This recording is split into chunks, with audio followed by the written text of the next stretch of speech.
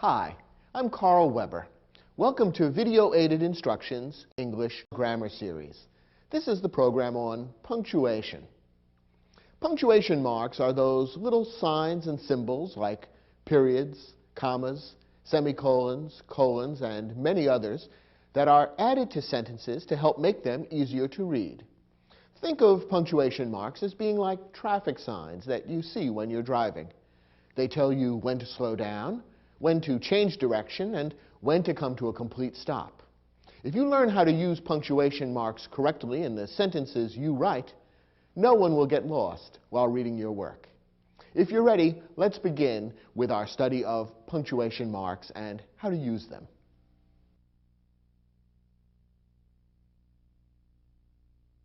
As you recall, there are 4 different kinds of sentences: declarative, interrogative, imperative, and exclamatory.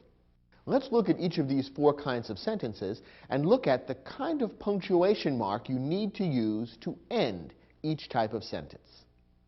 First, use a period to punctuate the end of a declarative sentence.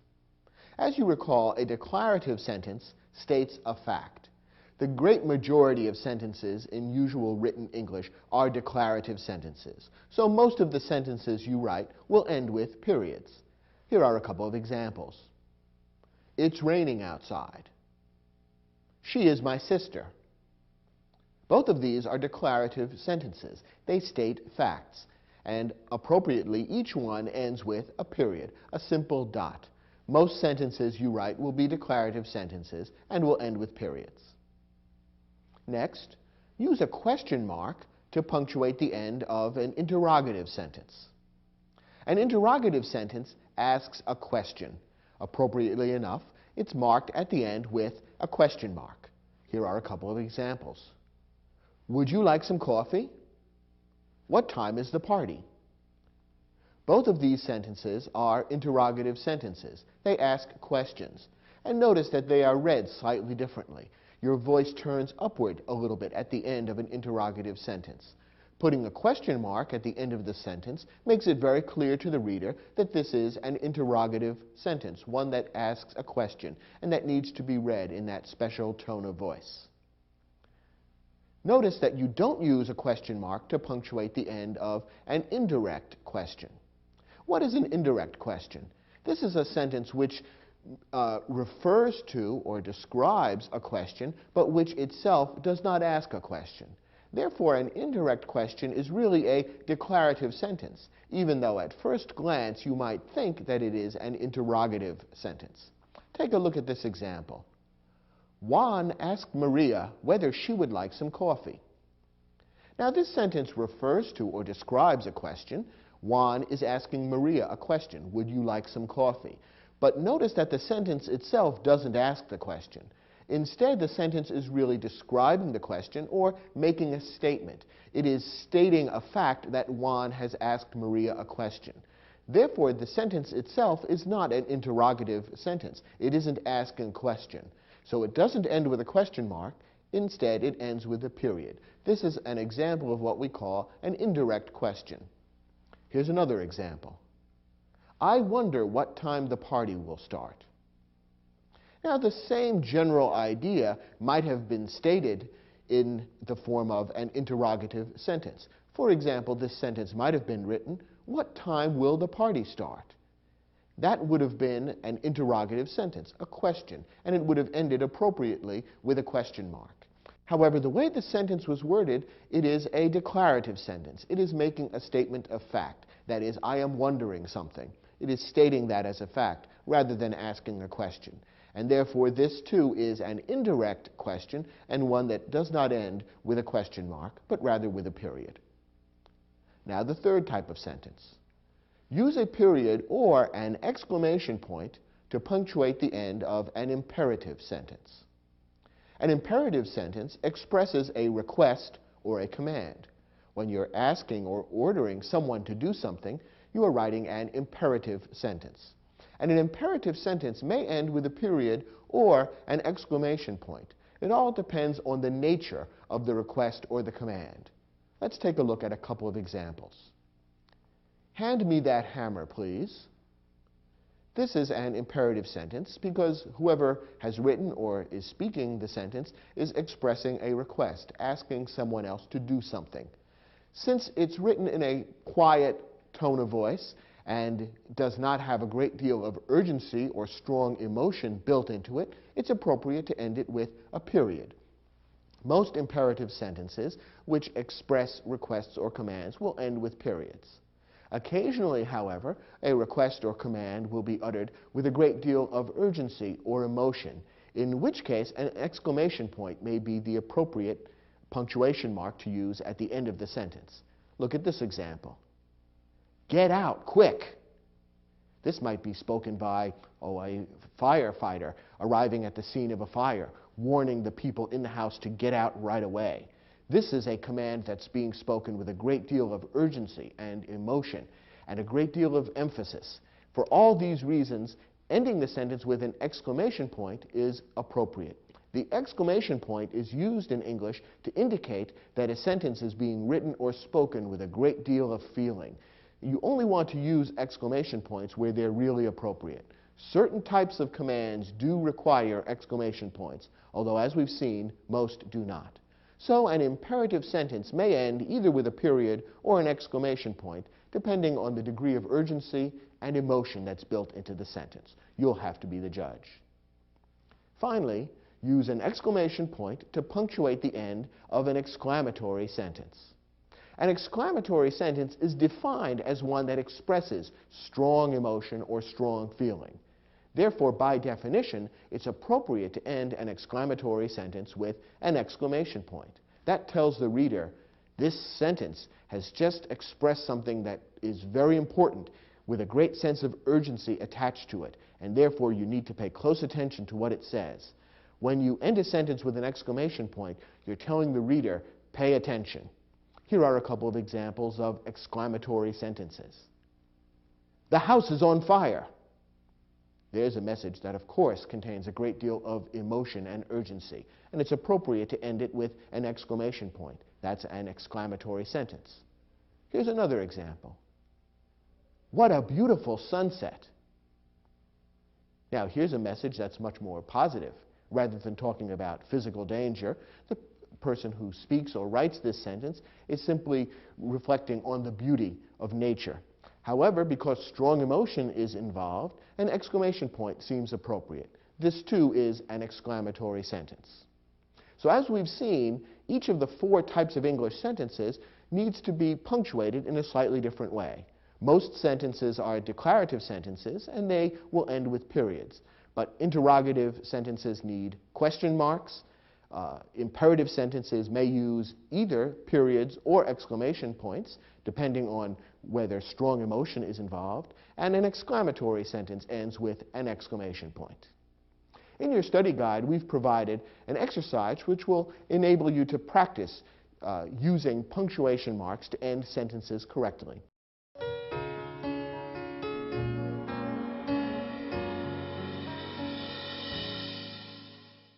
In this exercise, we provided several sentences without end punctuation. Your job is to read each sentence, decide what type of sentence it is, and therefore what type of end punctuation is needed. Let's look at the first example. Where can I buy a portable radio similar to the one you brought to the ball game yesterday? Now, what type of sentence is this? Perhaps you can tell just from the words used that the person who wrote or is speaking this sentence is expressing a question. Therefore, this is an interrogative sentence and ought to end with a question mark. And therefore, it ought to be read in a particular way with that rising inflection at the end, which indicates that this is a question. And the question mark would make it obvious that that's what we're reading. Where can I buy a portable radio similar to the one you brought to the ball game yesterday?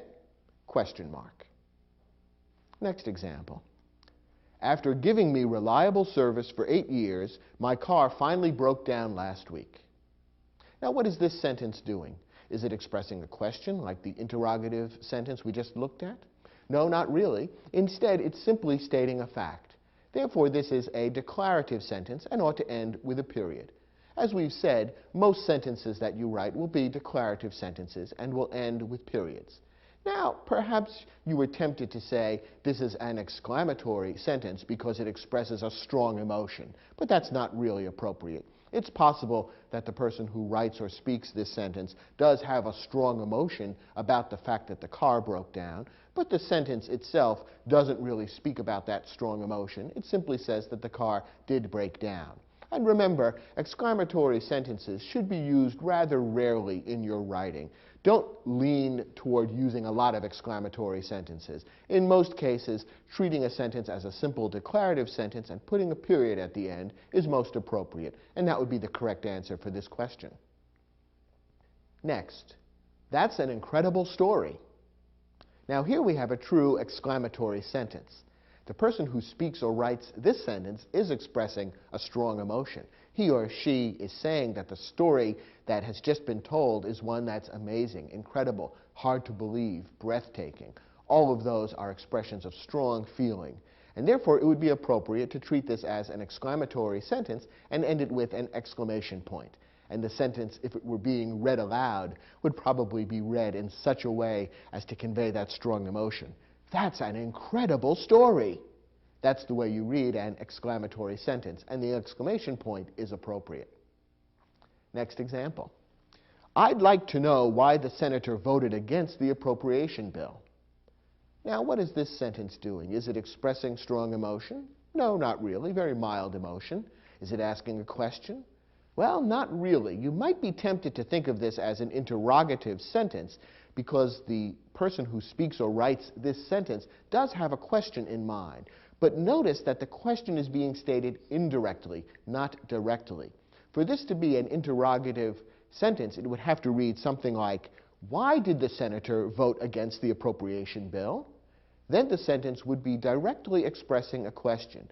Instead, this is a declarative sentence because it only states the question indirectly. It states as a fact that I am wondering about something or I would like to know something. It is stating that as a fact rather than expressing the question directly. And remember, an indirect question is really a declarative sentence and should be ended with a period rather than a question mark. Next example. Let me have a copy of the paper you wrote for our art history class. What kind of sentence is this?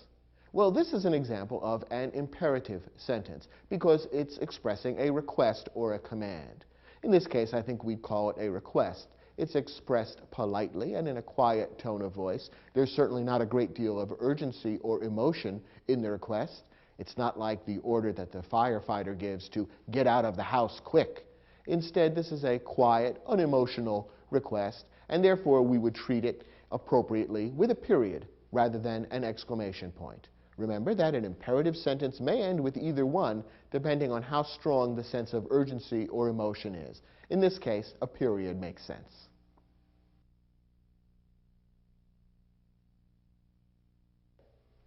If a period, a question mark, and an exclamation point are like stop signs, you might think of commas as being like yield signs.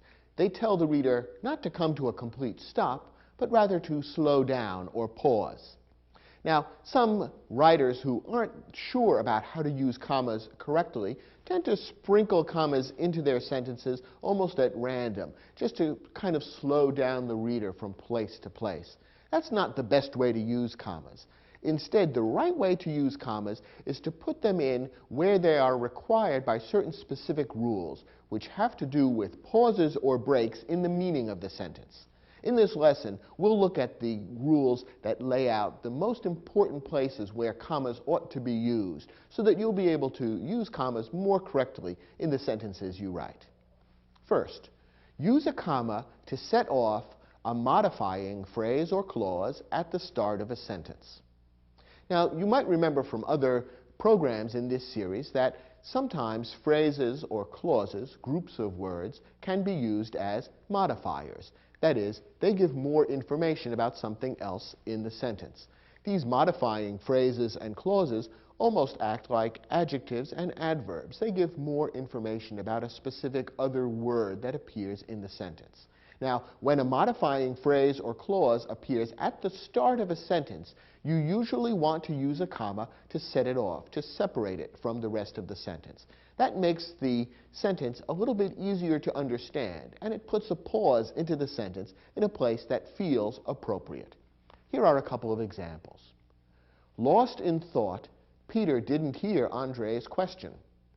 Now let's look at the phrase that begins this sentence, lost in thought. What role does this phrase have in the sentence? Well, it acts as a modifier.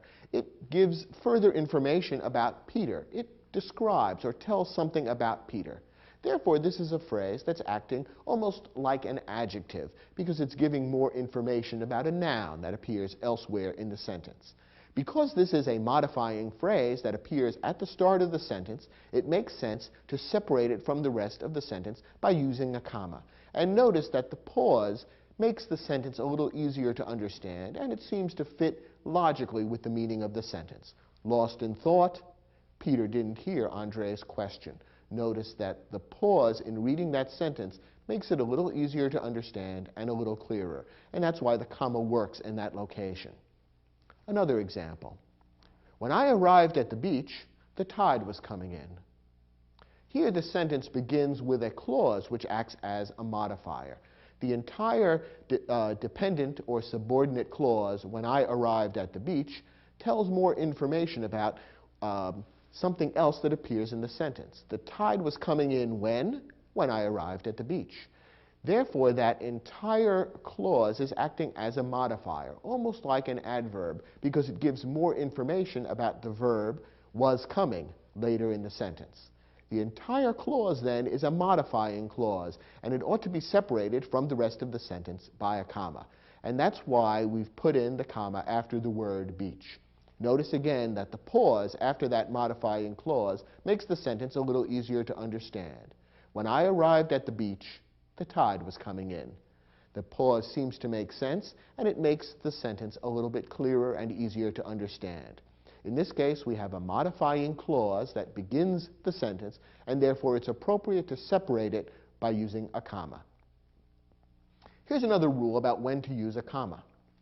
Use a pair of commas to set off a word or phrase that interrupts the meaning of a sentence.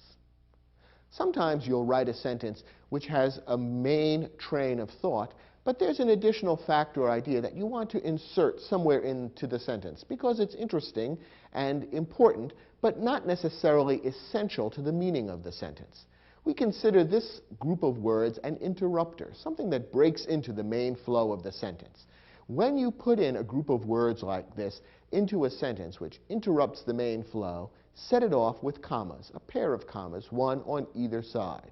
That signals to the reader, whoops, here's a little detour, don't get sidetracked, and it makes it easier for the reader to follow the complete meaning of the sentence.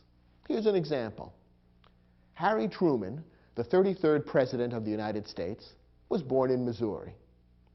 Now we have a group of words in the middle of the sentence here, the 33rd President of the United States. That tells a little bit more about Harry Truman. It's an interesting and important fact. But notice that it interrupts the main flow of the sentence. We can tell this because if we eliminate those words altogether, what is left still makes sense and still has the same meaning. Harry Truman was born in Missouri. We understand exactly what's being said. This person, this man named Harry Truman, was born in Missouri. Those words that are added in the middle give a little more information and help to define a bit more about who Harry Truman was, but they're not strictly necessary, and they do interrupt the main flow of the sentence. Therefore, it's appropriate to set them off with commas, to have a comma before and a comma after that group of words. And again, notice that inserting the pauses when we read the sentence makes the sentence a little easier to understand. Harry Truman, the 33rd President of the United States, was born in Missouri. Notice how the link between the subject of the sentence, Harry Truman, and the verb was becomes a little clearer when we pause to set off those words that interrupt the flow from the subject to the verb. So this is a classic example of a sentence that contains an interrupting phrase. It's good to set that off from the rest of the sentence with a pair of commas. One more example. My uncle, unlike his three brothers, never learned to drive a car. When we eliminate the words unlike his three brothers, the sentence still means the same thing and still makes sense. My uncle never learned to drive a car. Those interrupting words unlike his three brothers, give a little more information and add an interesting fact, but they're not strictly necessary. So we consider that an interrupting group of words which ought to be set off by a comma at the beginning and a comma at the end.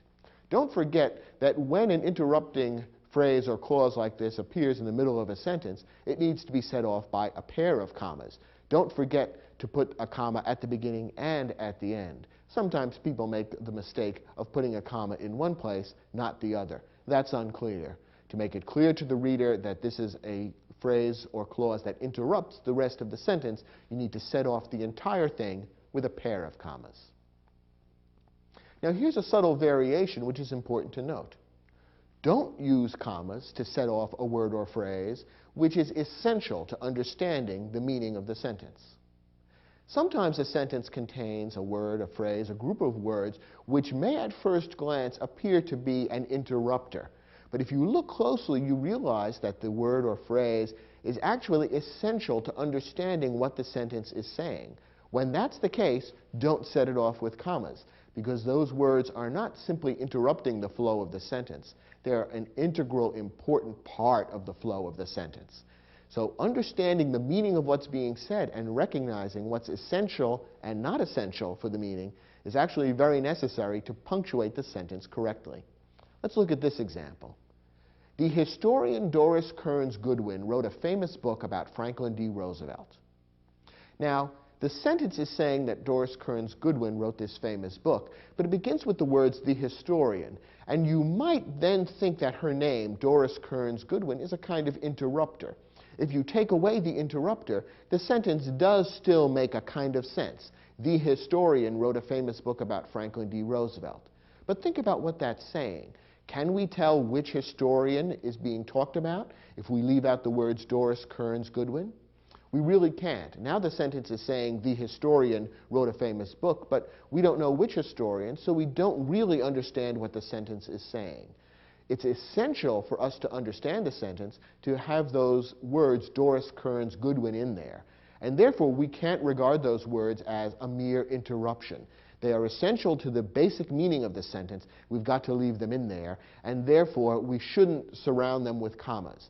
When you put a pair of commas around words or a phrase in a sentence, you're implying that those words can be ignored to a degree without changing the meaning of the sentence. That wouldn't be the case here, and therefore you don't put commas around Doris Kearns Goodwin. One more example.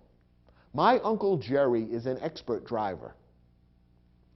Once again, the name Jerry might appear at first glance to be an interrupter. But if we put commas around it, what's left outside of the commas would be, my uncle is an expert driver. And once again, we can't be sure who exactly is being spoken about. I might have several uncles, and therefore to simply say my uncle is an expert driver might leave the meaning of the sentence somewhat unclear. Since the name Jerry is essential to the meaning of the sentence, it's better not to put commas around it and instead let the sentence read as one unit. So before you put a pair of commas around an interrupting word or phrase, make sure it really does interrupt and is not essential to the meaning of the sentence. That makes an important difference to the right way to punctuate the sentence. Our next comma rule. Use a comma to separate two independent clauses that are linked with a coordinating conjunction. Now, you'll recall that independent clauses are clauses which contain both a subject and a verb and can stand alone as a sentence. An independent clause could appear as a sentence all by itself, but sometimes we do link independent clauses in larger sentences. One way of linking two independent clauses to create a larger sentence is by using a coordinating conjunction. There are 6 coordinating conjunctions: and, or, nor, for, but, and yet. Whenever you have a sentence containing 2 independent clauses joined by one of these coordinating conjunctions, it's good practice to insert a comma between the 2 clauses to separate them clearly. It puts in a pause where it's appropriate and makes the sentence a little bit easier to follow. Here's an example. French wines are considered the finest in the world, but many other countries also produce excellent wine. Here we have a sentence that is made up of 2 independent clauses. each of the clauses here could stand alone as a sentence. French wines are considered the finest in the world. Yes, that could be a sentence by itself. Many other countries also produce excellent wine. That too could be a sentence by itself. Because the two ideas are closely linked, the author has decided to join them into a single sentence and use the coordinating conjunction but as the connector. And that makes perfect sense. Notice that a comma is necessary before the conjunction but. It puts a pause between the two independent clauses, which separates them. It makes it a little easier to follow the logic of the sentence, and it warns the reader, slow down a bit because we're about to change course, just like a yield sign on a highway. So when we pause slightly in reading that sentence, it's a little easier to understand, and the pause makes sense with the shift in meaning that's about to begin. So when you have two independent clauses joined by a coordinating conjunction, use a comma as well. Here's an exception to the rule. Omit the comma if both independent clauses are very short. In some cases, you might write a sentence that contains two or even more independent clauses that are all very short and joined with coordinating conjunction. If that's the case, you can usually omit the comma because the effect works perfectly well to read straight through when the clauses are very short. Here's a simple example. I hear and I obey. Here we have two independent clauses. I hear, I obey. And they're joined by the coordinating conjunction and. You could put a comma before the conjunction and if you want, but because the clauses are so short and the sentence is so quick and easy to read and understand, it doesn't really seem to be necessary. So this is an exception to the rule. You can omit the comma if both clauses are very short. Here's our last rule for using commas. Use commas to separate items in a list. When you're listing three or more items in a sentence, it makes the list much easier to read and understand if you separate the items with commas. Here's an example. The exhibit of Spanish art included paintings by Velázquez, Murillo, and Goya. This sentence contains a list of three Spanish painters whose work was included in the exhibit: Velázquez, Murillo, and Goya. To make the sentence easier to read, the author has inserted commas after Velázquez and Murillo. The comma that appears before the word and in this particular sentence has a special name. It's called the serial comma. And you actually have a choice as to whether to insert that one or not.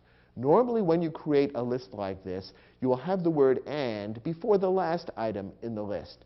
And inserting the comma before the word and is actually optional. Some writers prefer to use it. Some writers prefer to omit it. Personally, I like to use it. I think it adds just a little bit of clarity to the sentence, but you wouldn't be wrong if you omitted it. However, the comma after Velázquez earlier in the list is absolutely essential. So use commas to separate items in a list. The final comma, the serial comma, may or may not be inserted. That's your choice. Here's a slightly different kind of list that also requires commas. Miriam drove up in a small, battered, rusty station wagon. Here we have a sentence that strings together a list of several adjectives, all describing the noun station wagon. What kind of station wagon was it? It was a small one, and a battered one, and a rusty one. So here we have three adjectives in a row, all added to describe a particular noun. Again, it's much clearer if you insert commas between the adjectives. So we have a comma after small and a comma after battered. Notice that you don't insert a comma after the last adjective. The last adjective here is rusty. Station wagon we consider one noun, even though it's made up of two words. Don't think that in this case the noun is wagon and station is another adjective. That's really not the case, because she didn't drive up in a wagon after all. It wasn't a particular type of wagon. It was a type of car that is known by one name, station wagon. So the noun here is station wagon, and the last adjective that precedes the noun station wagon is rusty. And you wouldn't put a comma separating that adjective from the noun station wagon. But you do have commas separating the other adjectives. So small comma, battered comma, rusty station wagon would be the right way to string together the adjectives here. So once again, we have a kind of a list. In this case, it's a list or a series of adjectives. And to make the sentence clearer and easier to read, insert commas after each of the adjectives except for the last one. There are some other instances in which commas might be used in sentences, but the rules we've just given you will cover the vast majority of appropriate places to use commas in your sentences. Turn to your study guide and try your hand at the exercise, which tests your understanding of these rules. When you're finished, come back and we'll look at those sentences together.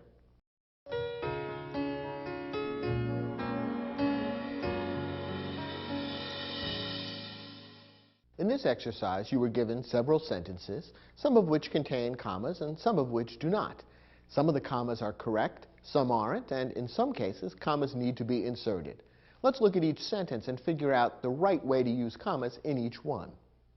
First, the exhibit includes fossil remains of Apatosaurus, Stegosaurus, Tyrannosaurus, and several other dinosaurs. Here we have a sentence that contains a list. It lists several dinosaurs whose fossils appear in the exhibit. Remember that when you are giving items in a list, you need to separate them using commas. And I think you can see that the sentence will be clearer and easier to understand when those commas are inserted. So the sentence should correctly be punctuated this way. The exhibit includes fossil remains of Apatosaurus, Stegosaurus, Tyrannosaurus, and several other dinosaurs. Now, of course, that last comma is the serial comma, the one that appears after the name Tyrannosaurus. So it's really optional. You could include it or not as you prefer. I recommend using it, but it's up to you, and you wouldn't be incorrect if you left it out. Next example. Having been born in Nigeria, Henry, never saw snow until he visited Colorado last winter. Well, there is a comma in this sentence, and we need to ask whether the comma is appropriate. We also need to ask whether there should be a comma somewhere else in the sentence. As it happens, this sentence should contain one comma, but the comma that it contains is actually in the wrong place. Let's take a look at the sentence more closely. Notice the opening words of the sentence. Having been born in Nigeria. What role do those words play in the sentence? What do they describe, or who do they give information about?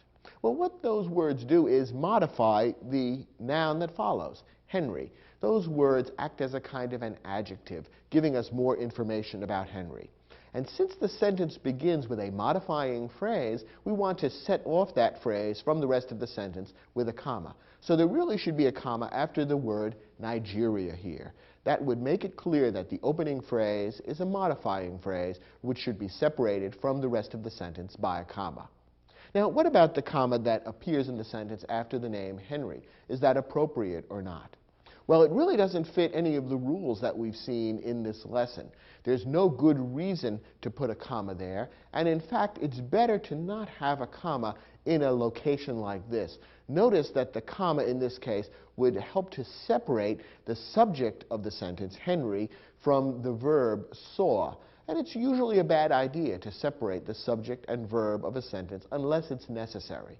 Sometimes you will have an interrupting phrase between a subject and a verb in a sentence, in which case a pair of commas to set off the interrupting phrase is a good idea. But when that's not the case, it's better not to separate the subject and a verb in a sentence, and therefore the comma here really should be omitted. When we read the sentence with a pause in the correct place where the comma really belongs after the word Nigeria, we can see that the meaning holds together very clearly. Having been born in Nigeria, Henry never saw snow until he visited Colorado last winter. Now the sentence makes sense, and the ideas that belong together have been grouped appropriately. Next example.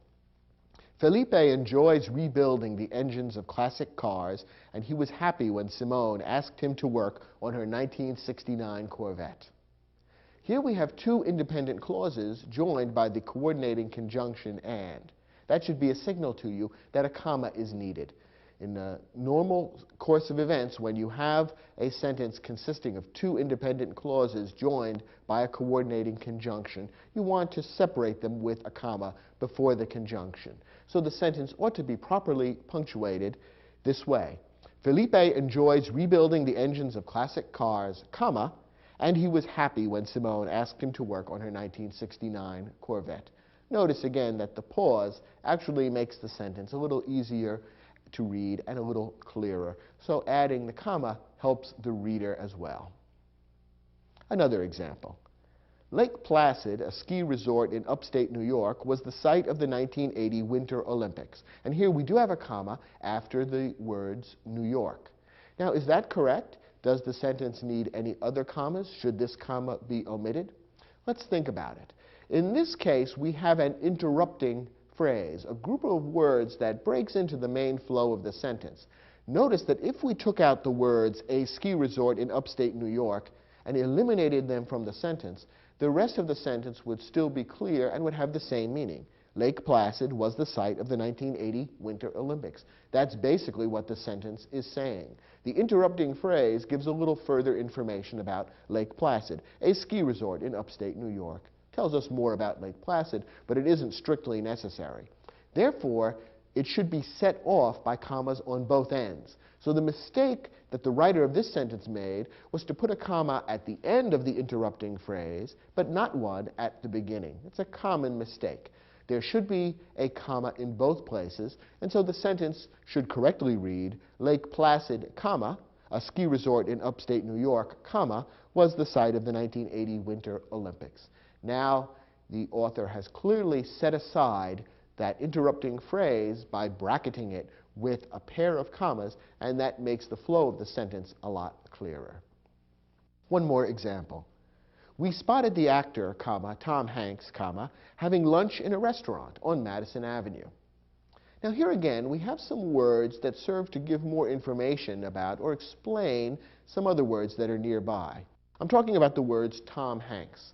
Now, those words in this sentence have been set apart by commas, as if Tom Hanks is an interrupting phrase. Is that correct? Remember our rule. If you eliminate the interrupting phrase, the sentence should still mean the same thing. Is that the case if we eliminate the words Tom Hanks? Does the sentence still say exactly the same thing? We spotted the actor having lunch in a restaurant on Madison Avenue. Suddenly, the meaning of the sentence is unclear. We don't really know what actor is being described. The sentence suddenly does not have the same meaning. We can see then that the words Tom Hanks are actually essential to the meaning of the sentence. If we're going to understand what the author of this sentence is saying, we need those words. Therefore, it's wrong to put commas around Tom Hanks. It's really not an interrupting phrase. Instead, it's a phrase which is essential to understanding the meaning of the sentence. The right way to punctuate this sentence is without any commas at all. We spotted the actor Tom Hanks having lunch in a restaurant on Madison Avenue. Notice that when we read the sentence without pauses, the meaning is much more clear and it all hangs together logically. So knowing where to put the commas in sentences like these requires that you really think about the meaning of the sentence and how the various parts fit together so that the commas can accurately reflect the meaning of the sentence and help your reader to navigate appropriately.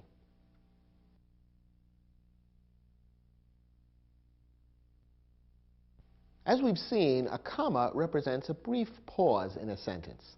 There are two other punctuation marks that are used to indicate pauses in sentences, which are a little more complicated than commas. These are semicolons and colons. Understanding how to use them is a little tricky, but once you know the rules, you'll never get them wrong, and people will consider you very smart and a good writer. Semicolons and colons actually look similar. The only difference is that the colon consists of two dots, whereas the semicolon consists of a dot over what looks like a comma. So that's the difference between a semicolon and a colon visually. They're also used quite differently. In this lesson, we'll give you the basic rules for when to use semicolons and when to use colons. First, use a semicolon to separate two independent clauses where no coordinating conjunction is used. Now, we saw before that when two independent clauses are used to make up a sentence and they are joined with a coordinating conjunction, such as and or but, a comma is also used as part of the structure. In some cases, you might choose to take two independent clauses and simply join them in a sentence because the ideas are closely linked. You might do that without using a coordinating conjunction. When that's the case, you have to use a semicolon in between the two independent clauses. If you fail to use a semicolon, you will have created a run-on sentence, which will be an error. Notice that this is by far the most common use of a semicolon. So what that means is, as a general rule, whatever appears on either side of a semicolon should be an independent clause. That is, it should be capable of standing alone as a sentence. So whenever you use a semicolon, pause and make sure that what appears on either side could stand alone as a sentence. That should be the case. If that's not the case, chances are you're using the semicolon incorrectly. Let's look at an example. Dogs aren't permitted at the hotel. Therefore, we'll put Rex in a kennel for a week. Here we have two independent clauses which have simply been joined without using a coordinating conjunction. So the semicolon that appears after the word hotel is correct. Look at what appears on either side of the semicolon. You'll see that each of those clauses could stand alone as a sentence. Dogs aren't permitted at the hotel. Could that stand alone as a sentence? Yes. Therefore, we'll put Rex in a kennel for a week. That too could stand alone as a sentence. So we have what could be two independent sentences. But because the ideas are so closely linked and they really belong together, the author has chosen to join them in a single sentence. And the semicolon as a way of separating the two independent clauses is correct. One more example. In his last years, Matisse gave up painting. His final works are paper cutouts and collages. Once again, we have two independent clauses, so the semicolon that appears after the word painting is correct. Let's look at what comes before the semicolon. In his last years, Matisse gave up painting. Could that stand alone as a sentence? It certainly could. What about what follows the semicolon? His final works are paper cutouts and collages. That too could stand alone as a sentence. So in this case, the semicolon has been used correctly. So remember, whenever you are linking two independent clauses without a coordinating conjunction, you need to use a semicolon between them. And a semicolon should basically only be used when what appears on either side could be a complete sentence standing alone. Now, there are a couple of minor exceptions as to the use of semicolons. That is, a couple of instances when semicolons could be used without separating independent clauses. Here's the most important one. Use a semicolon to separate items in a list when the items themselves contain commas. This is a tricky one, and it doesn't come up terribly often, but often enough so that you ought to know the rule. As we saw in our lesson about commas, items in a list should normally be separated by commas. But there are times when you are writing a list that contains a number of lengthy items, the items themselves being so lengthy and complex that they actually contain commas or pauses. If you string those together, the whole sentence can become very complicated and difficult to read. Therefore, to add another layer of separation between the items, it can be a good idea to use semicolons to separate the items. Otherwise, you can't tell where one item begins and the next one ends. Let's take a look at this example, and you'll see what I mean. Among the leading figures at the Constitutional Convention were Thomas Jefferson, a planter from Virginia, Alexander Hamilton, an aide to Washington during the Revolution, and James Madison, a legislator from Massachusetts. Now, this is a long and fairly complicated sentence, but the key to understanding it is to realize that it is built around a list of three different people: Thomas Jefferson, Alexander Hamilton, and James Madison. And each of those three people is described using a phrase that is a kind of modifying or explanatory phrase, which, for clarity's sake, has been separated off by a comma.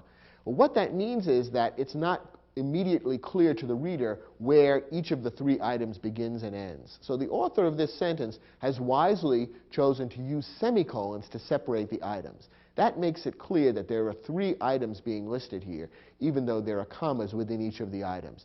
So it's correctly punctuated this way: Thomas Jefferson, comma, a planter from Virginia, semicolon. That warns you that another item is about to begin. Alexander Hamilton, comma, an aide to Washington during the Revolution, semicolon. And James Madison, comma, a legislator from Massachusetts. So here's another useful place to insert semicolons when you're writing a list that contains lengthy items which themselves contain commas. In order to make it clearer where the items begin and end, separate them using semicolons. In this case, notice that the semicolons do not separate independent clauses. These are not groups of words that could stand alone as sentences. Most of the time, semicolons are used only for that purpose. But here is an exception which occasionally comes up and which you need to be aware of. Now let's turn to colons. Use a colon to indicate that what follows is equivalent to what precedes the colon. In other words, a colon is used to introduce a group of words that restate or say in other words what you just said before the colon. What appears on either side of the colon, then, should be more or less equivalent or equal in meaning. Here's a tip for you. When used correctly, the colon can often be replaced with the words "that is" or "in other words." So you can test your use of a colon by asking yourself that question. Could I take away the colon and substitute the words "that is" or "in other words"? If so, you are probably using the colon correctly. You don't use the colon, notice, to separate independent clauses. That's a job for the semicolon. Instead, the colon is introducing something which simply restates or says, in other words, what you just said. Here are a couple of examples. The silent movie era produced three comic geniuses: Charles Chaplin, Buster Keaton, and Harold Lloyd. This is a good example of the correct use of a colon. We put the colon after the word geniuses, introducing that list of Charles Chaplin, Buster Keaton, and Harold Lloyd. Notice that what appears on either side of the colon is more or less equivalent. We just mentioned three comic geniuses. Who were they? Charles Chaplin, Buster Keaton, and Harold Lloyd. Those three names are equivalent to or equal to what was stated just before the colon, three comic geniuses. Let's try our tip, our test for using a colon correctly. Could we take away the colon and replace it with the words "that is" or "in other words"? We could. The silent movie era produced three comic geniuses, that is, Charles Chaplin, Buster Keaton, and Harold Lloyd. The sentence reads better with a colon, but it does make sense to substitute the words "that is" for the colon. So that's a signal that we're using the colon correctly. One more example. I drove all night for only one purpose: to ask Annalisa to marry me. Once again, the colon is separating two things that are more or less equivalent in meaning. One purpose. What was that one purpose? To ask Annalisa to marry me. Those two things are the same. The purpose was the asking. The two things are equivalent. If we took out the colon and substituted the words "that is," would it make sense? It would. I drove all night for only one purpose, that is, to ask Annalisa to marry me. So once again, we can see that we're using the colon correctly. Remember that the semicolon separates independent clauses. That's not the case with the colon. Instead, the test for using a colon correctly is whether the things on either side are basically equivalent or the same in meaning. If so, then a colon is correct. One last tip. Don't use a colon to separate words that clearly belong together, such as a verb and its object, or a preposition and its object. People know that a colon is used to introduce things, and so sometimes they get carried away and use colons where they actually interrupt the flow of the sentence and aren't really needed. Here are a couple of examples of incorrect uses of the colon, which you ought to avoid. Leanna gave her mother, colon, a scarf from Mexico. Here, the writer knows that a colon can be used sometimes to introduce something which is going to be described, and so he or she has put a colon after the word mother. But if you look closely, you see that the colon is really separating things that belong together. It's separating the verb gave from its direct object, scarf. The scarf is what Leanna gave. So it really makes sense for the sentence to simply flow rather than putting the colon in. And the colon, in any case, could not be removed and substituted for the words "that is." And what appears on either side of the colon is not equivalent. The mother and the scarf from Mexico are not equivalent. So for all those reasons, inserting a colon in this sentence is incorrect. And one more example. The new security plan was developed by, colon, the local police commissioner and the State Department of Safety. Once again, the colon has been used here as a kind of an introductory punctuation mark, and we've seen that colons can be used to introduce lists, as, for example, in the sentence we looked at previously, where the colon introduced the list Charles Chaplin, Buster Keaton, and Harold Lloyd. So the person who wrote this sentence is thinking, well, I have a kind of a list here, the local police commissioner and the State Department of Safety, so why not put a colon in front of it? Well, the reason is that the colon, in this case, is separating the preposition by from the object of the preposition. The plan was developed by whom? By the police commissioner, State Department of Safety. So the objects of the preposition come right after the colon. The colon, therefore, interrupts or breaks the flow of the preposition and its objects. And once again, what follows and precedes the colon are not equivalent. The new security plan was developed by is not equivalent to police commissioner, Department of Safety. So for all those reasons, the use of a colon in this instance is wrong. So remember our basic rule, the colon should introduce things that are equivalent to what precedes the colon, and you should be able to substitute the words "that is" for the colon and have the sentence still make basically the same sense and the same meaning. If that's not the case, then you're using the colon inappropriately. Okay, those are the basic rules for using the semicolon and the colon correctly. Try your hand at the exercise and see whether you've mastered those rules. When you're done, come back and we'll take a look at those questions together.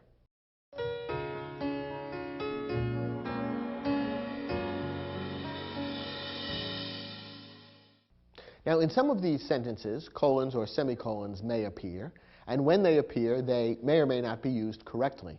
In other instances, semicolons or colons ought to be inserted. So your job is to read each sentence and figure out what ought to be done about semicolons and colons. Let's look at the first example. To this day, millions of opera lovers consider one man the greatest singer of all time, Enrico Caruso, the renowned Italian tenor.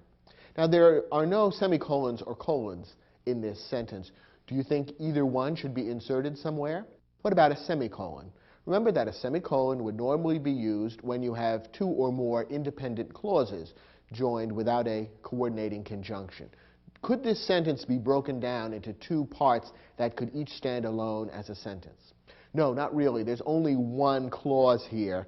Opera lovers consider is the subject and the verb, and there's really only one independent clause, and therefore a semicolon wouldn't really be appropriate. But there is a place where a colon ought to be used, and that would be after the expression, the greatest singer of all time, colon, because what follows is equivalent to or a restatement of what comes before. The greatest singer of all time is who? Enrico Caruso, the renowned Italian tenor. So what comes before and after the punctuation mark there is basically equivalent in meaning. So a colon would be the appropriate punctuation mark to use. Notice that we could also use the words "that is" instead, and the sentence would mean very much the same thing. That's a good test as to whether a colon is appropriate or not. So to correct this sentence, after the word time, use a colon rather than a comma. Next example. If you see a parking spot on the street, put your car there. Otherwise, use a parking lot. Now, this sentence, again, doesn't contain any semicolon or colon. Does it need one? The answer is yes. In fact, as written, the sentence is actually an error. It's a run-on sentence. Let's break it down and see how that works.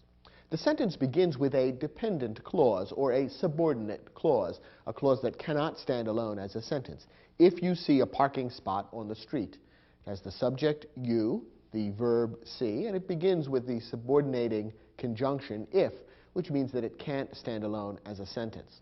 What follows then is an independent clause, one that could stand alone as a sentence. Put your car there.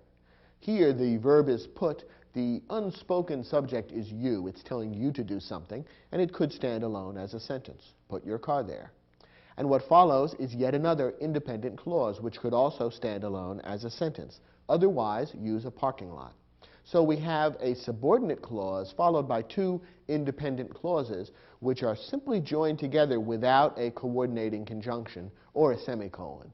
To be correct, we need a semicolon separating the two independent clauses. So the sentence would then read, if you see a parking spot on the street, comma, put your car there, semicolon, Otherwise, comma, use a parking lot. The semicolon is needed to separate the two independent clauses which are being joined together without a coordinating conjunction.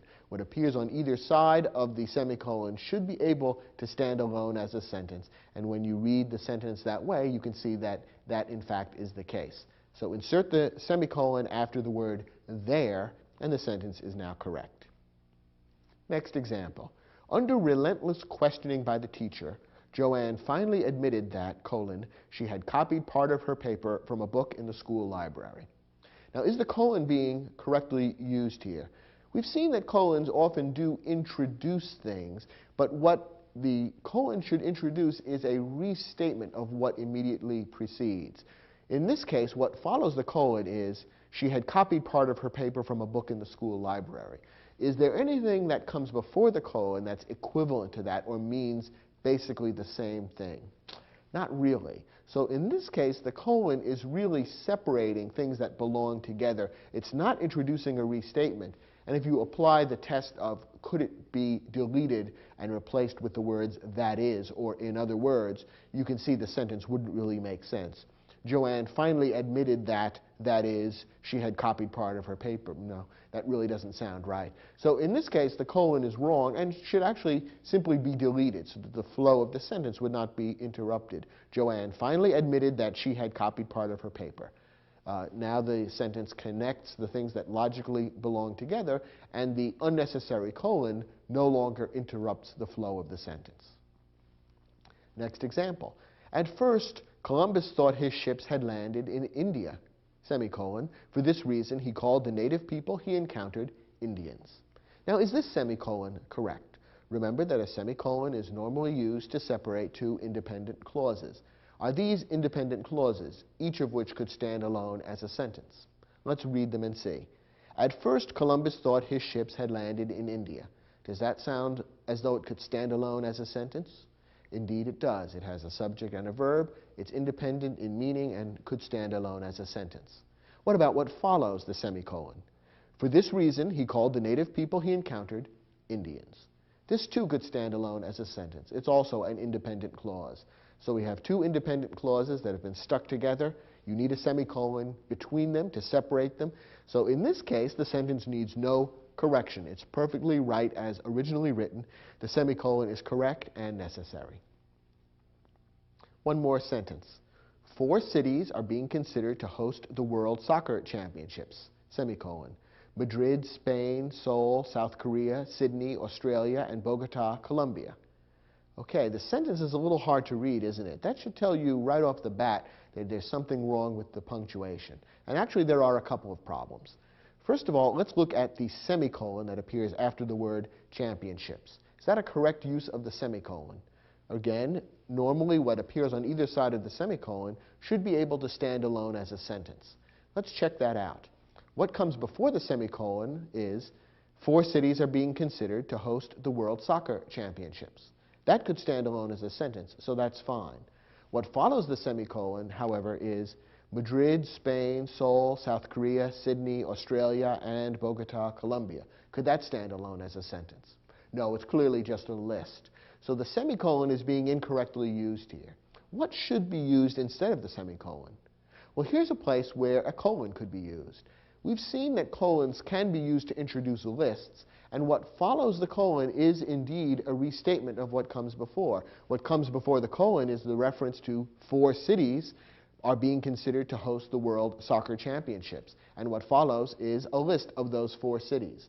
You could indeed put in the words that is, or in other words, in place of a colon in that spot. So a colon should come after the word championships, not a semicolon.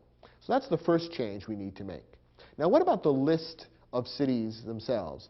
You might have found this very confusing. It says that we're talking about 4 cities, but we've got a whole bunch of proper names here separated just by commas. Madrid, comma, Spain, comma, Seoul, comma, South Korea, comma, Sydney, comma, and so on.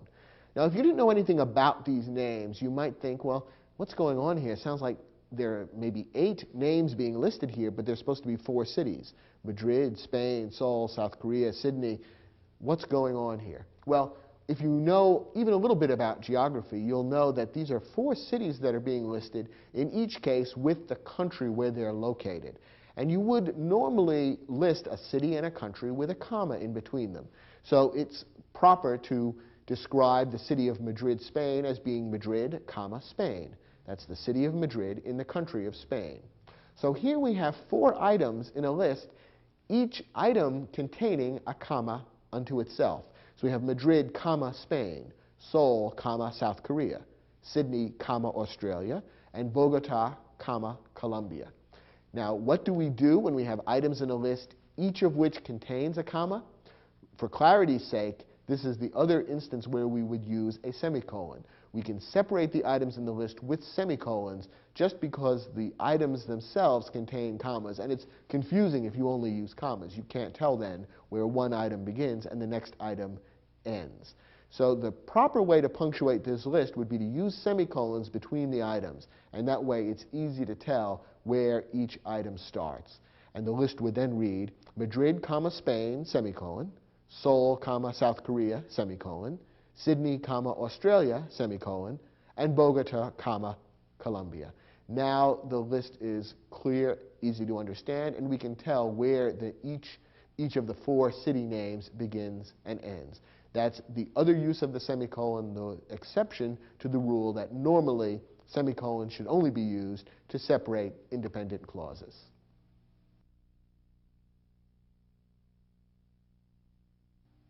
Sometimes when you're writing something, you want to quote what someone else has said. This might happen, for example, in a short story or a diary where you're writing about an incident from life, either imagined or real, and you have characters who exchange dialogue, who talk to one another. It might also happen in an essay that you might be writing for a class at school where you want to quote what some other writer has said, or perhaps quote from a figure from history. In all of these cases, you need to use quotation marks to show where the words you are quoting begin and end. Here's the basic rule. Use quotation marks to set off the words in a direct quotation.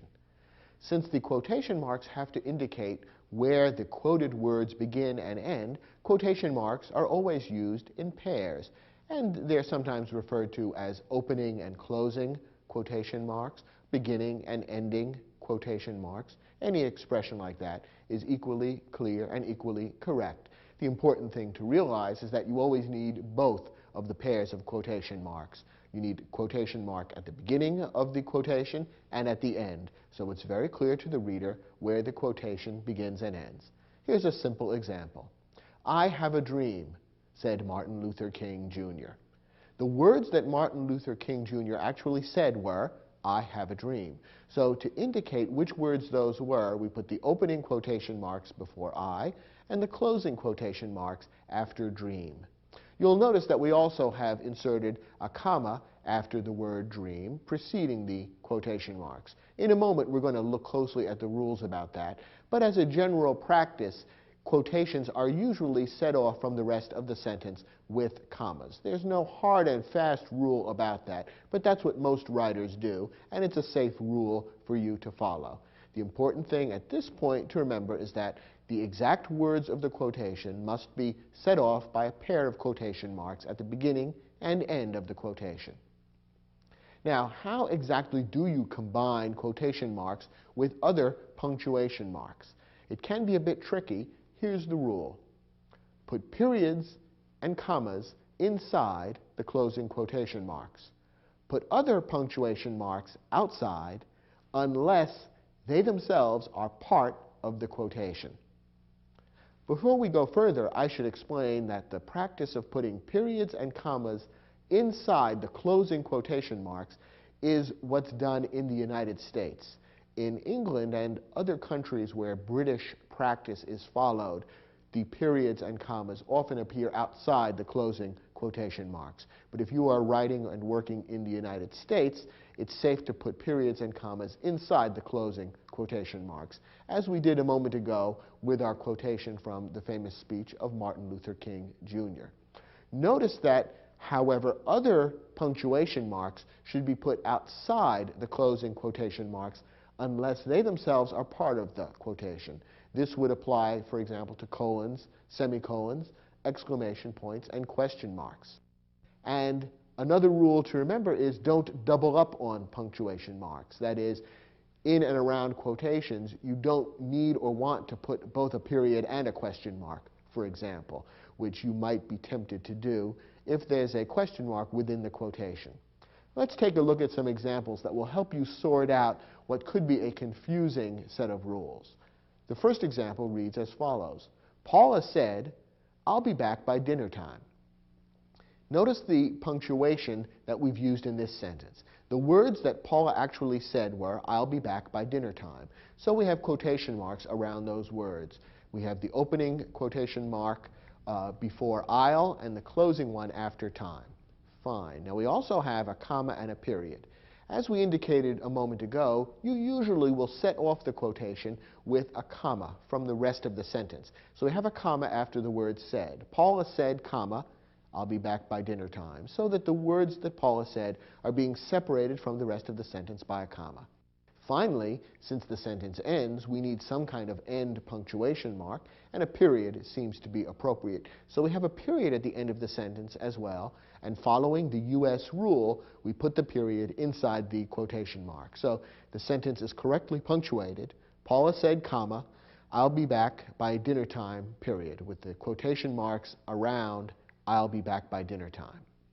Now let's look at this next sentence for a slightly different problem. Then she asked, "What are you planning to cook?" Okay, Paula's exact words in this sentence are, "What are you planning to cook?" So the quotation marks surround those words. The opening quotation marks come before "what," and the closing or ending quotation marks come after "cook." Again, we have a comma separating the quotation from the rest of the sentence. Then she asked, comma, "What are you planning to cook?" Now, we have to have a question mark here, don't we? Because there is a question in this sentence. What are you planning to cook is an interrogative sentence, and therefore it needs a question. Now, where should that question mark go? Should it go before or after the closing quotation mark? Should it be part of the quotation or not? Well, if you think about what Paula is saying, her actual statement is itself the question. What are you planning to cook? She's asking a question, therefore the question mark belongs with the quotation. It's part of the quotation itself. So this sentence should be punctuated with the question mark inside the quotation marks, inside those closing marks. So the sentence correctly is punctuated. Then she asked, comma, opening quotation marks. What are you planning to cook? Question mark, closing quotation marks. So we've got the question mark inside the quotation marks because it's actually part of the quotation. It's what Paula actually said. Now for a third example, which has to be handled a little differently. Kevin answered, "I think I'll make beef stroganoff. At least that's what I think he said." Okay, here we have Kevin making a statement, and the author of this sentence goes on to make a separate statement, "At least that's what I think he said." So let's see how we should punctuate this. What are Kevin's actual words? "I think I'll make beef stroganoff." That's the actual quotation from Kevin. So the quotation marks should be around those words.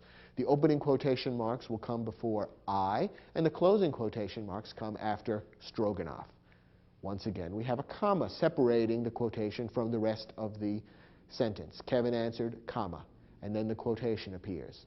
Now, after the quotation, we have a whole other clause. "At least that's what I think he said." That's not part of the quotation. The author of the sentence is saying that. And since we have two independent clauses here, what punctuation mark do we need to separate the two independent clauses? Well, as you know, you need a semicolon in that instance, because we have two independent clauses, each of which could stand alone as a sentence. One sentence could read, "Kevin answered, I think I'll make beef stroganoff." That could be a sentence by itself. You could also have a sentence that simply reads, "At least that's what I think he said." That could be a sentence by itself. Since we have two independent clauses simply stuck together, we need a semicolon between them. But now the question is, where does the semicolon go in relation to the quotation marks? Well, remember our rule. Other punctuation marks, other than commas and periods, go outside of the closing quotation marks unless they're part of the quotation. Is the semicolon part of what Kevin said, "I think I'll make beef stroganoff"? Not really. Kevin just made that statement, and there's no semicolon within that. He's not connecting it to some other statement. So the semicolon is really grammatically necessary as part of the larger structure, not as part of the quotation itself. Unlike the example we saw before where the question mark was part of what Paula said. So in this case, the semicolon is not actually part of the quotation, and it should go outside of the quotation marks. So the sentence would be correctly punctuated. Kevin answered, comma, open quotation marks. I think I'll make beef stroganoff, closing quotation marks, semicolon. At least that's what I think he said. So the rules can get a little tricky as to where the punctuation marks go in relation to the quotation marks. The key thing to remember is comma and period you can always put inside the closing quotation marks. Other punctuation marks, it all depends on whether the punctuation mark is actually part of the quotation or not. If it is, it goes inside the quotation marks, otherwise outside. And with practice, you'll find that the rule is not that difficult to understand and practice. Just think about these particular rules each time you write a sentence with a quotation in it, and in time you'll become comfortable with the rule. Now, quotation marks are also used in a couple of other specific circumstances, the most important of which is governed by the following rule. Use quotation marks to set off the titles of essays, poems, articles, stories, and chapters in books. Normally, quotation marks are used for the titles of shorter works. Most other titles, for example, the titles of full-length books, are either underlined if you are handwriting or typing your work, or printed in italics, which is the case in a printed book or when you're typing on a computer. So generally speaking, as a rule, the titles of longer works, such as full-length books, are underlined or printed in italics, while the titles of shorter units, such as essays, poems, articles, and stories, would be contained within quotation marks.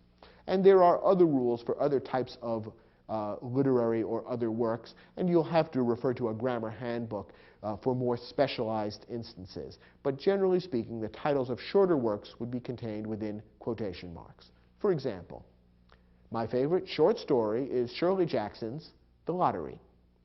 Here the title of the story is The Lottery, so the quotation marks appear around those words, The Lottery. And once again, the sentence ends with a period which, like all periods, goes inside the quotation mark. Use single quotation marks to set off the words in a quotation within a quotation. Normally, again, in American practice, the quotation marks that we use are double quotation marks. That is, you see the two little curlicues that make up the quotation mark. However, there is such a thing as a single quotation mark, which is used for a very specific purpose. It doesn't come up that often, but occasionally it does come up. Once in a while, within a quotation, there is a quotation. That is, within the quoted words, the person who is saying those quoted words is himself quoting someone else. When that's the case, you need somehow to set off that inner quotation from the larger outer quotation. And it would be a bit confusing if you simply use the same kind of quotation marks, because after a while people would become confused. Is this the quote within the quote, or is it just the larger quote? Therefore, the practice that has evolved over time is to use double quotation marks for normal quotations, and in the unusual circumstance where there is a quotation within a quotation, to use single quotation marks to set that off. Here's an example of how that might look. King declared, I have a dream that one day this nation will rise up and live out the true meaning of its creed. We hold these truths to be self-evident, that all men are created equal. Okay, we're returning again to the famous speech on civil rights by the great African-American leader, Martin Luther King. And in that speech, Martin Luther King did himself quote other famous words. In this particular quotation, Martin Luther King was quoting from the Declaration of Independence. The words from the Declaration of Independence that Martin Luther King was quoting were, we hold these truths to be self-evident, that all men are created equal. So this particular sentence is quoting Martin Luther King, who in turn was quoting another literary work. So here's how the quotation marks have to work. We put normal double quotation marks around all of King's words, starting with "I have a dream" and ending with the end of the sentence, that all men are created equal. Because all of that is what King said as he got up on the podium on that important historical day. All of that is what King said, so all of that is contained within the double quotation marks.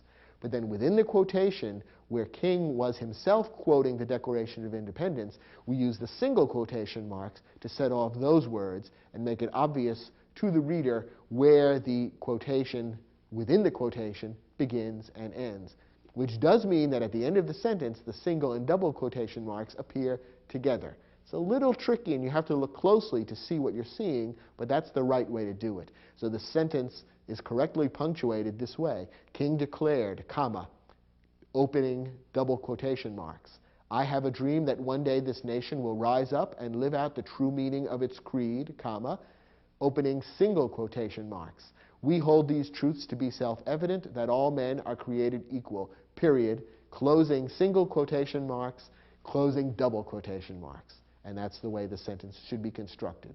Will this come up often in your writing? Not at all. But it will occasionally happen, and when you're reading, you'll see sentences written this way. So it's important to understand the rule, not only for your writing, but also so that when you're reading written works, you'll understand exactly how the quotation marks work.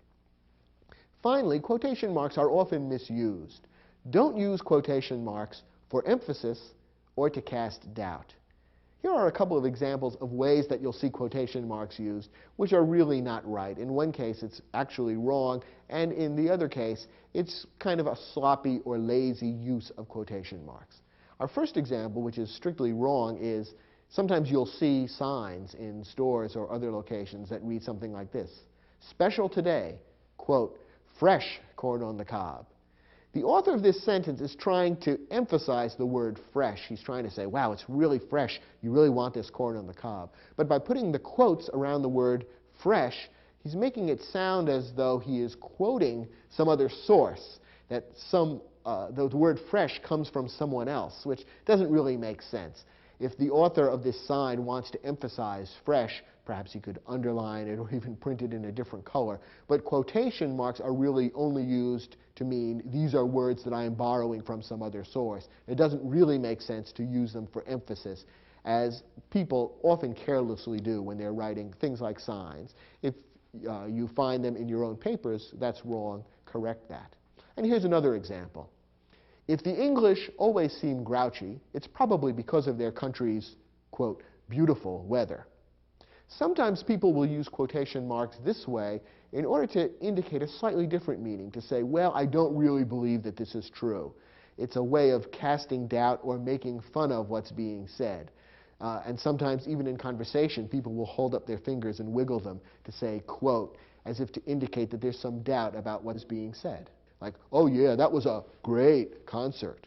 You see, it's a way of being sarcastic. But it's not a very clear or effective way of communicating the meaning.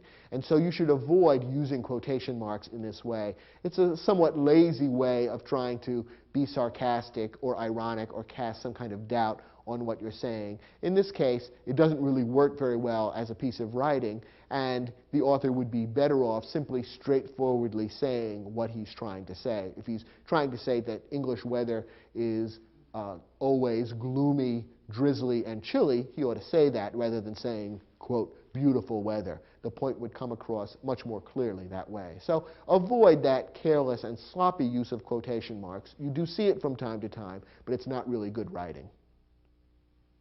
Okay, we have an exercise that will test your ability to use quotation marks correctly. Turn to your study guide, and when you finish the exercise, come back and we'll see how well you did.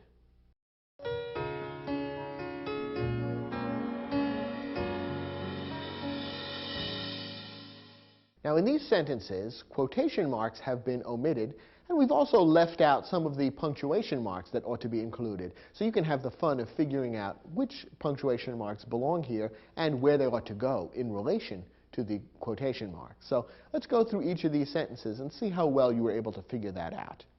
First, as Robert Frost remarked in his poem, Mending Wall, good fences make good neighbors. Now, there are actually two things in this sentence that need to be enclosed within quotation marks. There's the quotation itself, the words that come from the poem. The quotation is, "Good fences make good neighbors." So we want to put double quotation marks, normal quotation marks, around that entire sentence. So we'd have opening quotation marks before good and closing quotation marks after neighbors. In addition, the title of the poem, Mending Wall, should also be contained within quotation marks. Remember that titles of poems are one of the kinds of titles that would normally be enclosed within quotation marks. So we'd have quotation marks around Mending Wall. In addition, we do need to add a period at the end of the whole sentence because, after all, sentences need to end with some kind of punctuation mark, and a period would make sense. And the period would go inside the final closing quotation marks because that's what we do with periods. So the sentence would ultimately be correctly punctuated like this.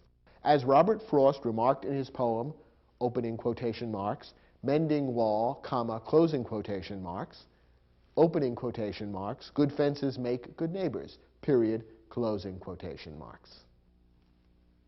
Let's look at our next example. What did Emerson mean when he wrote the words, "I hate quotations, tell me what you know"? Ralph Waldo Emerson was a famous 19th century writer, and it's ironic that one of the most famous quotations from his work is this statement about hating quotations, but that's the way it is.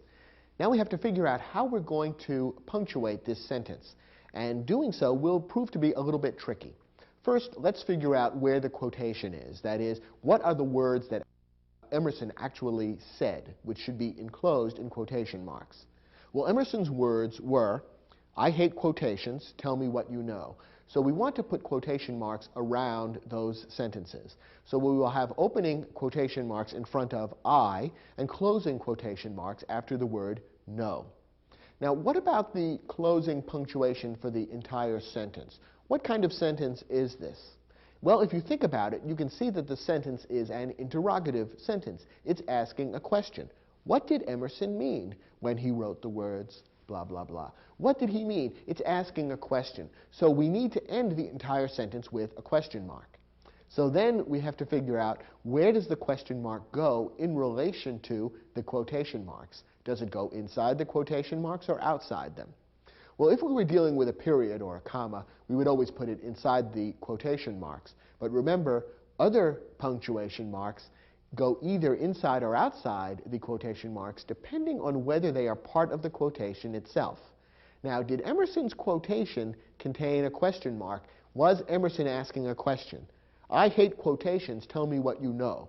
No, that's a declarative sentence. He is not asking a question. So the question mark is not part of Emerson's quotation. Instead, it's part of the broader sentence. The author of this entire sentence is asking the question. So the question mark should go outside of the closing quotation marks, and the sentence would be correctly punctuated like this.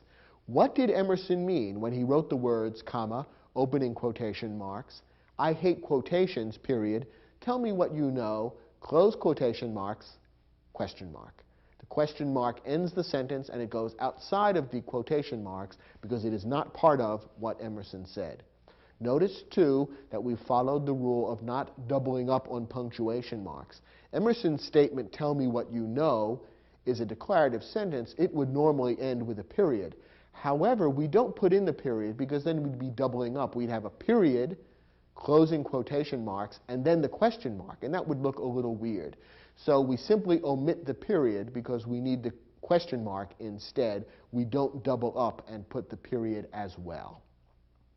Next example. The company president asked all employees to look for ways to work more efficiently and therefore save money. Where do the quotation marks go in this sentence? Well, this is perhaps a trick question. There are no quotation marks in this sentence, and there shouldn't be any. Why? Well, remember what quotation marks are for. Quotation marks are used to set off the words in a direct quotation. That means that when you write a sentence that actually quotes the exact words used by someone else, you enclose those words in quotation marks. This sentence is not a direct quotation. Actually, it's an example of an indirect quotation. Here we are reporting what the company president said. The company president asked all employees to look for ways to work more efficiently and therefore save money. It is a report of something that was said. So in that sense, it's a quotation, but it's an indirect quotation because the exact words are not being reported. If they were, we would have a true quotation, a direct quotation, which would have to be enclosed in quotation marks. So, for example, suppose the sentence read something like this. The company president said, all employees should look for ways to work more efficiently and therefore save money. Now we would be quoting the exact words actually spoken by the company president, and we would enclose those in quotation marks. But as it is, this is not a direct quotation. It's an indirect quotation, and quotation marks are not used for that. So we put a period at the end of the sentence and move on to the next example. Churchill ended his stirring wartime speech with the words, "Let us therefore bear ourselves so that men will say, this was their finest hour." Okay, here's another slightly complicated example. And by the way, for purposes of this exercise, we've slightly shortened the actual quotation from Churchill. So if you ever look up the actual speech, you'll see the words are a little different. But we're organizing it this way just to make the exercise a little clearer and easier. What exactly did Churchill say? Well, the exact words used by Churchill were, "Let us therefore bear ourselves so that men will say, this was their finest hour." Okay, Churchill said that whole thing, so therefore all of those words should be enclosed in quotation marks. So we would have opening quotation marks before the word let and closing quotation marks after the word hour. However, we notice there's something else going on within this quotation. Churchill himself is quoting other words. He's quoting what men in the future might say about the people of today. And what might those men of the future say? They would look back on the people of Churchill's own historical time and say, this was their finest hour. So Churchill is imagining what the words of a future person might be and quoting them within his quotation. So we have here that unusual situation of a quotation within a quotation.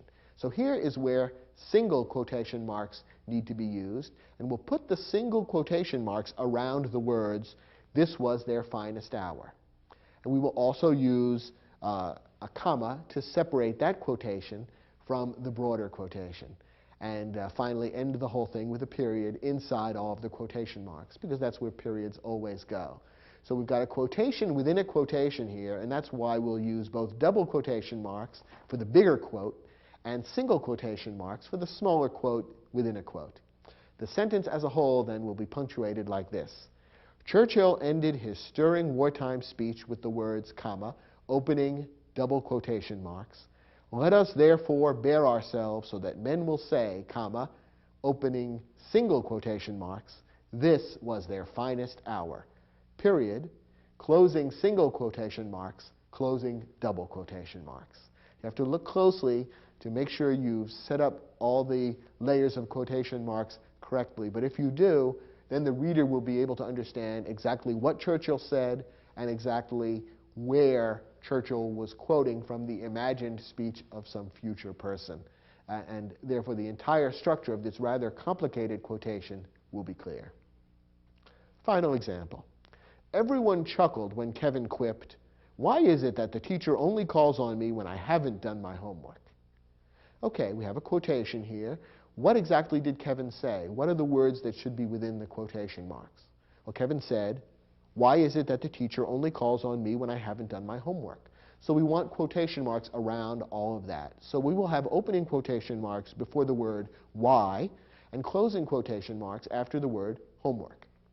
Now, we can also see that a question is involved here. The question is exactly what Kevin said. Kevin is asking a question. Kevin's own statement is an interrogative sentence. Why is it that the teacher only calls on me when I haven't done my homework? So we're going to need to end this sentence with a question mark to reflect the fact that Kevin is asking a question. But where does the question mark go? Well, remember that the question mark, like other punctuation marks other than period and comma, only goes within the quotation marks when it's actually a part of the quotation. And that is the case here. Kevin's actual quotation is itself a question, and therefore the question mark is part of the quotation. So here we will put the question mark inside the closing quotation marks because it's all part of what Kevin said. So the sentence should be correctly punctuated like this. Everyone chuckled when Kevin quipped, comma, opening quotation marks. Why is it that the teacher only calls on me when I haven't done my homework? Question mark, closing quotation marks. As you can see, knowing how and where to use quotation marks can be a little tricky, and combining them with other punctuation marks takes a little bit of practice. But follow the rules that we've given you in this lesson, keep working at it, and soon I think you'll find you can handle these without making any errors.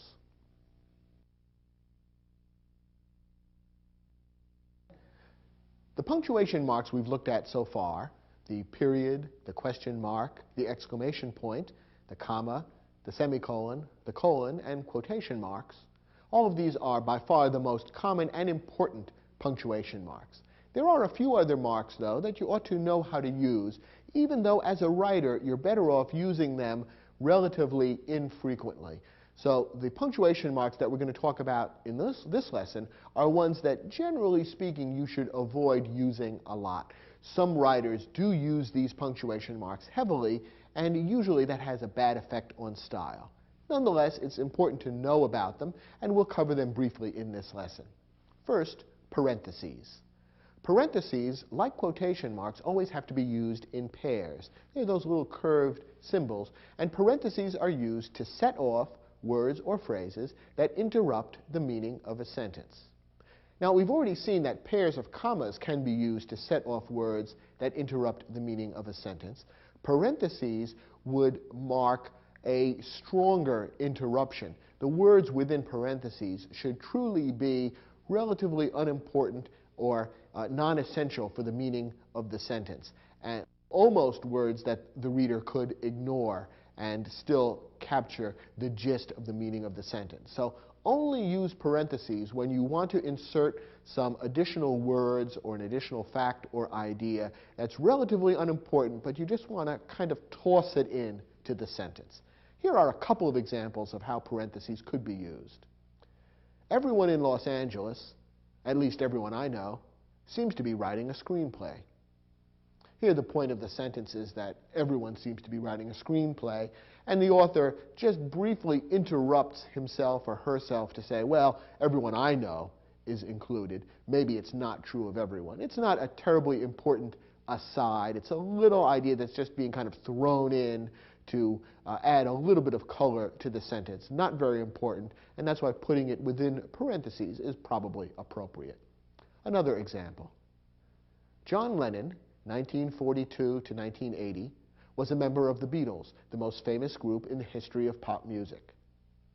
Okay, the author wants to give you a basic piece of information about John Lennon, and while he's at it, he thinks, well, I might as well throw in John Lennon's birth and death dates. That might be useful to the reader. And rather than write a whole separate clause or sentence about that, I can easily insert those dates just by putting them within parentheses after the name John Lennon. And very often in encyclopedias or other reference works, you will see a parenthetical insertion used for just this purpose, to stick in an additional piece of information in a way that's unobtrusive and which the reader can ignore or look at if they're interested. So here's another good example of how parentheses can be used. Some people get into the habit of using parentheses a lot in their writing, and that's not too good because then sentences constantly feel like they're breaking apart and being interrupted. So avoid using parentheses a lot, but once in a while, for a statement that's truly an aside like this, you can use them. Another punctuation mark that's used for an abrupt break is a dash. Use a dash to indicate an abrupt break in the meaning of a sentence. A dash should feel like a more sudden and sharp break or interruption in the sentence than a comma, semicolon, or colon. In fact, when you use a dash, you should really only use it when there's a sudden change in the sentence, in its tone, its feeling, or in the meaning of the sentence. Here's an example. Someone had taken the file from the mayor's desk, but who? Notice how those last two words suddenly change the statement from being, oh, simply a statement of a fact that someone had taken the file, to suddenly turning the sentence into a kind of a mystery. Who had taken it? There's almost a sudden air of danger or urgency added by those last couple of words. This is the kind of sentence that you might read in a mystery story where the author is introducing one of the important clues that will lead to the criminal.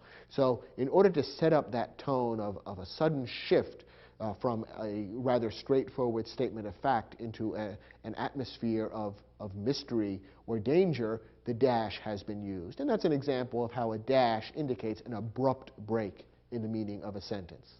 Now, sometimes authors use pairs of dashes to surround interrupting material. As we've already seen, both pairs of commas and parentheses can be used to surround interrupting material.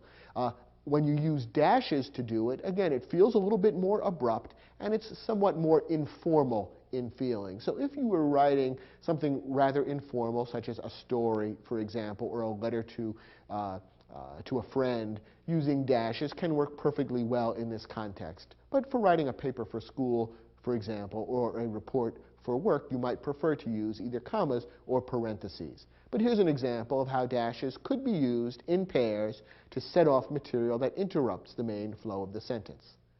Parker claimed, with some justification, that his enemies were being hypocritical. Here, the sentence mainly flows this way. Parker claimed that his enemies were being hypocritical. The author wants to throw in the additional fact that there was some justification for what Parker was claiming. And so he's done it as a parenthetical or interrupting phrase, and in this case he has chosen to use dashes to separate the interrupting phrase from the rest of the sentence. It's perfectly correct. You could either use commas or parentheses, and those would be equally correct in this particular sentence. As I say, the dashes would have a somewhat more informal feeling. If you do use dashes in this way, remember you have to have a dash both before and after the interrupting material. If you use it only in one place, you'll be making an error. The last punctuation mark we are going to tell you about is what's called ellipses. In a different program in this series, we talked about ellipsis meaning the omission of one or more words from a repeated phrase or clause. Ellipses, which is spelled ES at the end, is a little different. Ellipses also has to do with omissions, and the punctuation mark known as ellipses consists of 3 periods. Sometimes people refer to it as ... I have never figured out why in this particular context a period is referred to as a dot, but that's in fact what ellipses are, is 3 periods. If you're typing ellipses, you would space them out, so it would be period, space, period, space, period, space. Ellipses are used to indicate words omitted from a quotation or to signal the trailing off of the end of a sentence. Here are examples of each of these 2 uses of ellipses. First, as Lincoln once remarked, you can fool all of the people some of the time, but you can't fool all of the people all of the time. Now here we have a quotation enclosed within quotation marks, but Lincoln's actual words were more extensive than this. The actual quotation from Lincoln is, you can fool all of the people some of the time, and some of the people all of the time, but you can't fool all of the people all of the time. For whatever reason, the author of this sentence doesn't want to include all of Lincoln's words, but only some of them. So to indicate the words that have been left out, the author has put in ellipses, 3 periods in a row, which indicate to the reader, here are some words omitted that Lincoln actually said, but which I am choosing to leave out. It's a form of intellectual honesty, if you will. You are warning the reader, well, Lincoln said a little more than this. I'm leaving some of it out, so if you want to quote Lincoln later on, you'd better look up the whole quotation to get all the exact words. So from time to time, you may need to use ellipses for this purpose. For example, if you are writing a paper for school and you want to quote some other writer, you may not need or want to quote an entire sentence. And if that's the case, use ellipses to show where you're leaving words out. Now, occasionally writers also use ellipses, as I've said, to signal the trailing off of the end of a sentence. in which case they use ellipses as end punctuation and create a sentence that looks something like this. The house is dark. I wonder why. And we have the 3 periods at the end, indicating that the speaker or the writer of this sentence, that their thoughts are kind of trailing off. And I guess the idea is to create a sense of uncertainty or mystery. And the way I read the sentence, of course, was designed to indicate that kind of mood. Once in a great while, using ellipses to end a sentence this way could be appropriate. But again, some people get into the habit of using ellipses continually in their writing as a way of ending sentences. And it gives the feeling that they're a little too lazy to figure out exactly how they want to end the sentence. Do they want to end it with a period, a question mark, an exclamation point? What's the link between one sentence and the next? It creates somewhat of a vague feeling, almost as though there's fog creeping in between the sentences. So use this very sparingly. Once in a while, in an appropriate context where you really want to suggest that the sentence is drifting to an end rather than coming to a complete halt, you could use ellipses to end a sentence. But don't do it too often. It's not the greatest form of writing. So these last 3 forms of punctuation are used a little less often than any of the other punctuation marks that we've talked about in this program, and they have less hard and fast rules about how they're used. But sprinkled here and there occasionally in your writing, they can serve a perfectly good function, and so it's important to know how and when to use them. Parentheses, the dash, and ellipses. We've provided an exercise that will test your use of parentheses and the dash, not ellipses, because the unusual way in which ellipses are used to indicate omissions from quotations, it's kind of hard to create an exercise to test that since you'd have to omit words from quotation. So we focused on parentheses and dashes in this exercise. Try your hand at the exercise and come back and we'll look at the questions together.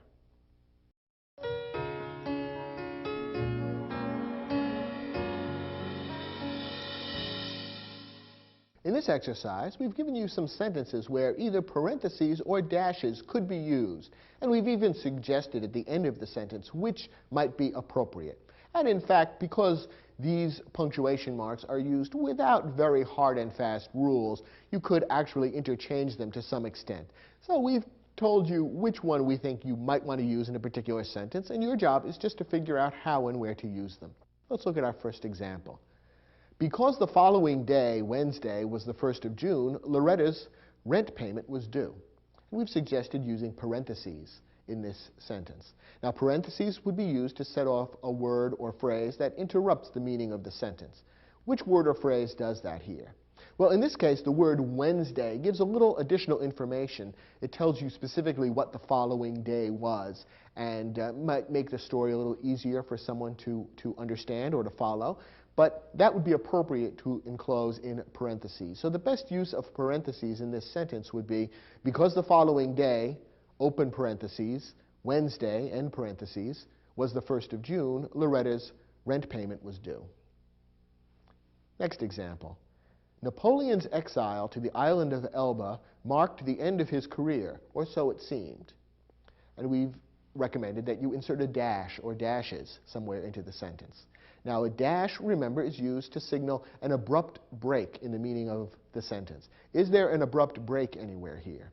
Well, yes. The last 4 words of the sentence take a very different tack from the remaining part of the sentence. Up to that point in the sentence, we're being told that Napoleon's career was over. But the last 4 words tell us, something different is going to happen, or so it seemed. When we read those 4 words, we realize that the sentences that follow are going to tell us about how Napoleon actually started his career again after being exiled to Elba. So there is a sudden break in meaning there, and that's where we would insert the dash. So the sentence could now read, Napoleon's exile to the island of Elba marked the end of his career, dash, or so it seemed. The dash alerts the reader, aha, a sudden unexpected change is happening. Next example. The Battle of Bull Run, known in the South as First Manassas, was the first major encounter of the Civil War. And we've suggested that you use parentheses somewhere in this sentence. Well, this is a good example of another way that parentheses can be used to give some additional information about a fact that's mentioned in the sentence, and to do it in a way that's not obtrusive, but which, if the reader finds it useful or helpful, then fine, the reader knows where that information appears. In this case, the words, known in the South as First Manassas, ought to be enclosed in parentheses. You can see why. The battle is mainly known as the Battle of Bull Run, but within a certain part of the United States, it has a different name. If this sentence is being read by someone who happens to be from Georgia, let's say, in school they might have learned the name First Manassas, and so having it in parentheses for them would help clarify for them exactly which battle is being described.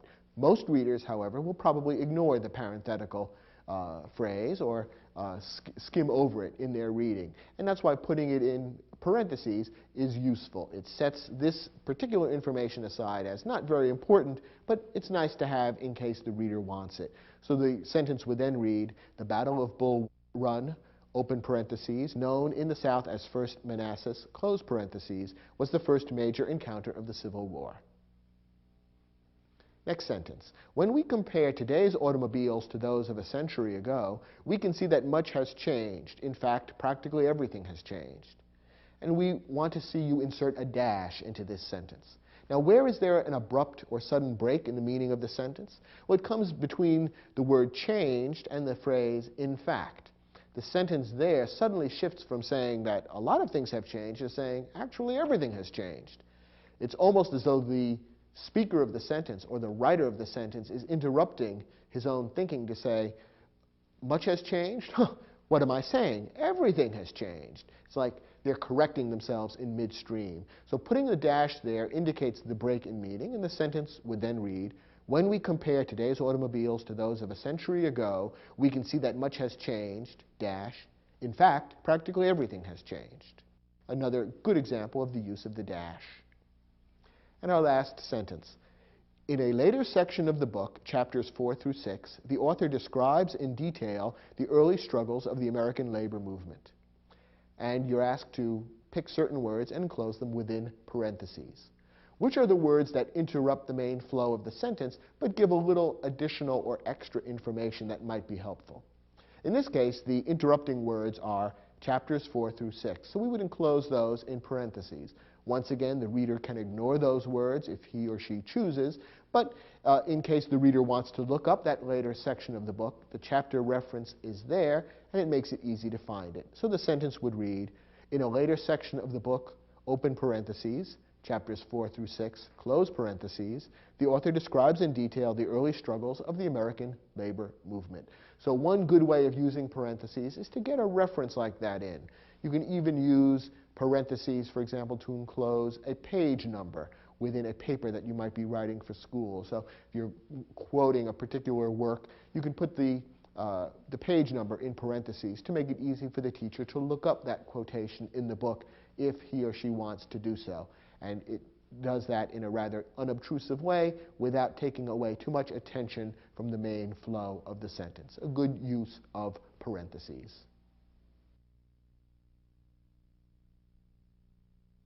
Earlier in this program, I suggested that punctuation marks could be thought of as being like traffic signs.